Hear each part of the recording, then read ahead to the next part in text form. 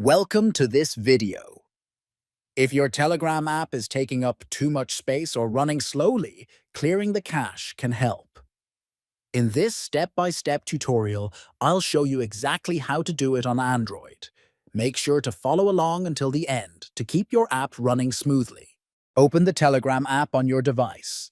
Tap on the three horizontal lines located in the top left corner of the screen.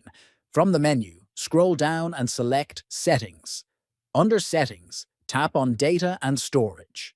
Next, tap on Storage Usage. This section shows you how much space Telegram is using. Now, tap on Clear Cache. Finally, tap Clear Cache again at the bottom of the screen to confirm. And that's it. You've successfully cleared your Telegram cache. This can improve app performance and free up space. Don't forget to like this video and subscribe for more useful tips.